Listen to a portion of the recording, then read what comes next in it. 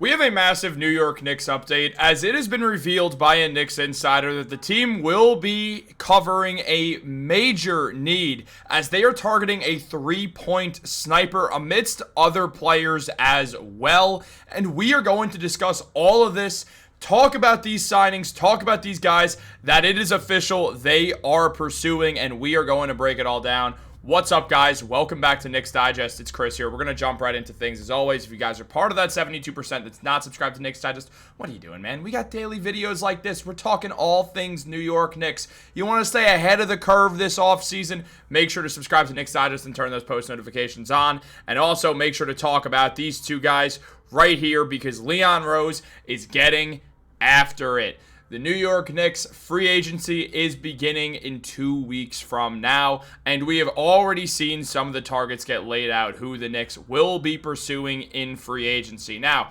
we know there are a few different positions of need. The Knicks could use a few more scoring players off that bench. They might want to add some more big man depth as well. On top of that, we should see them really go for guys who can make plays and can really just be ball handlers outside of Jalen Brunson. So there are team needs for this Knicks squad. And while people are going to float, myself included, the ideas of bigger time trades, there's also the world where the Knicks just beefing out that bench unit, really try to make something of this bench and try to really just form up a team that is going to be similar to last year's, except with a stronger bench unit. They had by far the weakest bench out of all the teams that made the conference finals this year. And because of that, it's clear what they need to do. They don't need to add a bunch of star players. They need to go out there and they need to strengthen that bench. And there have been a few different names already floated around. Now, James Edwards of The Athletic mentioned that New York doesn't have big money to go out and round out its roster with. The franchise will likely have the $5.7 million taxpayer mid-level exception to use before rounding out the roster with minimum deals. Now, what this means effectively is this man right here, Leon Rose, what he's got to work with is a contract that can be as long as 4 years long, and then it would be $5.7 million per year. That is the most the Knicks can offer with the taxpayer mid-level exception. That's basically an amount of money that you're given even though you're over the salary cap. 29 teams are over the salary cap, and since the Knicks are over the first apron, a certain amount of money that has some impacts on all the trades and the signings you can make, instead of having it be in the $11-12 million range, it goes down to $5 because the amount of money that is already on their payroll for this upcoming 2026 season. So they have $5.7 million per year to work with. So obviously they're not going to have the pick of the litter with free agency. There's going to be guys who, yeah, sure, they'd want to target, but they can't. For instance, one that comes to mind is Nickeil Alexander-Walker. He's going to get paid way better than that. And a team that has around that $12 million mid-level exception to work with, they could have a good chance at Nickeil. But a team like the Knicks with 5.7, there's a 0% chance. So we look at situations like that. And also, I think Nickeil's going to get more than $12 million per year. But that's not a conversation that we have to have on Knicks Digest because Nickeil Alexander-Walker is not coming to the New York Knicks.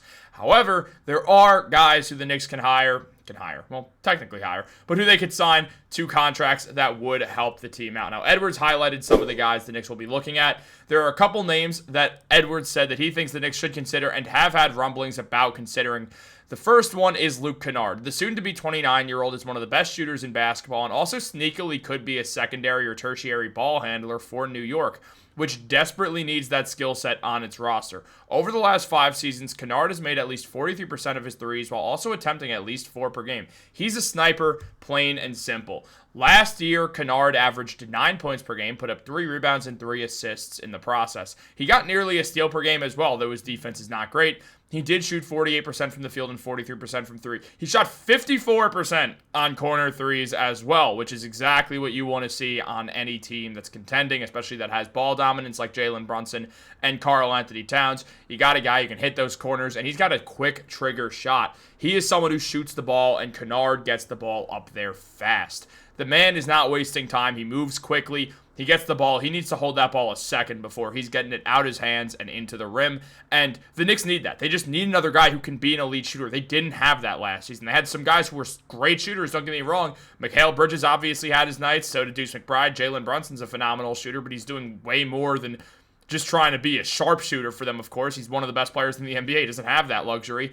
But They did have Landry Shamet, who did show some really good stretches as well. Now, we will talk about Landry Shamet as time goes on in the coming days and stuff in regards to what his future looks like. But at the same time, what we have is a situation where, in regards to Luke Kennard, it would be the Knicks, giving him that full $5.7 million per year. It'd probably be over 2 years with a player option on year 3, something like that. So the Knicks could bring in Kennard and they could add that shooter. When they had Dante DiVincenzo, things ran more fluidly. Now, Kennard is not as good as DiVincenzo. He's not the defender Devo is. He's not the rebounder Devo is. But he is an elite three-point shooter. The Knicks need one of those. Kennard does that. He's also got very sneakily good passing as well. So there's some stuff that we like to see. As 2 Knicks fans here mentioned, Luke Kennard has the passing. 5 assists per 75 possessions each of the last 2 seasons. An elite shooting ability that the Knicks need. Can play on ball and create. Keeps the rock moving in the half court, and he's a quick decision maker. And as AOP NBA said, good movement shooter, too. One of 37 players with 75-plus catch-and-shoot three-point attempts while moving either left or right over the last 5 seasons. And he has shot 39.7% on those over that span, the 5th highest of that group. Kennard is one of the best shooters in basketball, and the Knicks would add a guy on their bench who can give them points, can dribble the ball, can set people up a little bit, but more than anything is there to hit those threes. Now, the Knicks would still need to find another playmaker on this roster, and they'd have to look at the veteran minimum. Or they can go the route of Tyler Kolek, which could also solve that problem. Kolek is a phenomenal passer. He's a great playmaker, and he would probably work well with Kennard. With Kennard moving fast, Kolek would be able to set him up. We saw Tyler Kolek work well with Landry Shamet as well. So we've seen Kolek already be able to set up a guy like Shamet, who's a similar player to Luke Kennard, shoots similarly, gets it up very quick, moves off ball very well, but he's not the shooter that Kennard is. Now, again, Shamet's a good shooter. I'm not saying he isn't. Shamet's a better defender, but when it comes to pure shooting, I do think that the Knicks will start to use Kolek more, especially if they got a guy like Kennard, because then you have a playmaker for the cheap on your roster in Kolek who you really get to see what he could be. The man has really good potential to be a great player in the NBA, so the Knicks have a chance to work with Tyler Kolek here. You can then focus on something else as well. You have another ball handler in Kolek also, which is huge. I think you use Tyler Kolek and you go get a guy like a Luke Kennard. That is what I would do with that mid-level exception if you ask me personally.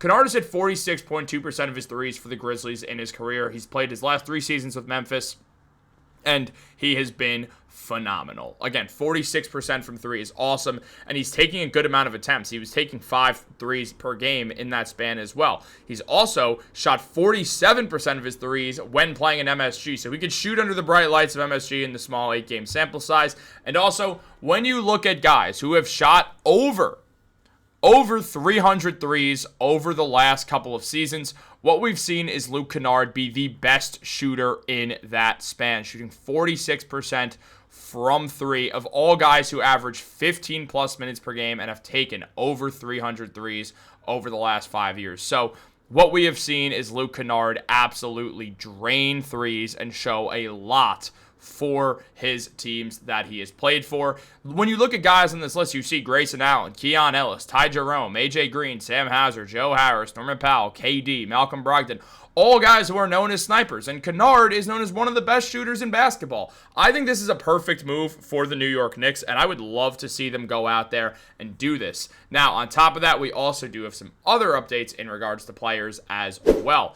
Now, Edwards said that it's likely the Knicks taxpayer mid-level exception might not be enough to get Kennard. It wouldn't surprise me one bit if he was offered more than $5.7 million annually from another team. However, he is a CAA client, so maybe New York has its CAA army to work some magic. That is something that is very possible here, that the Knicks can use the Leon Rose connection of it all to fix this, not even fix this issue, to sort of get Kennard on a deal and then work out something else in the process so you can ensure Kennard's going to get what he's worth. And on top of that, you bring in another CAA guy who the Knicks can work with closely. And I think it's a home run deal, and I believe in Leon Rose to get something like this done.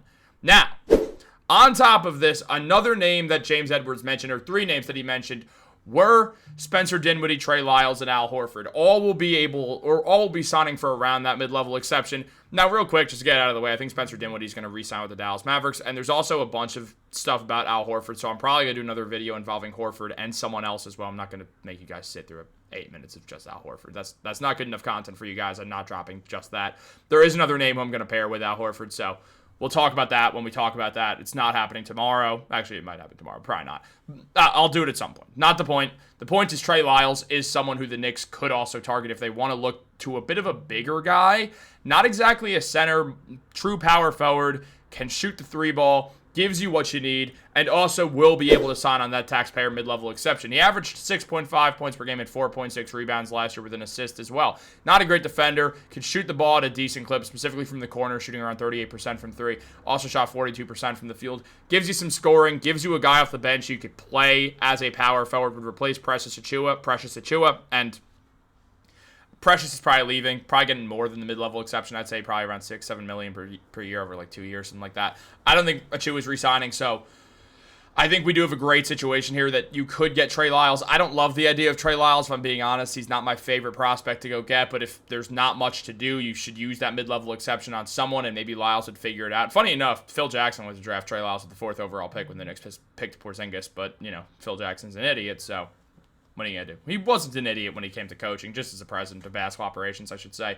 Obviously, Phil is the best coach, second best coach of all time, outside of Greg Popovich.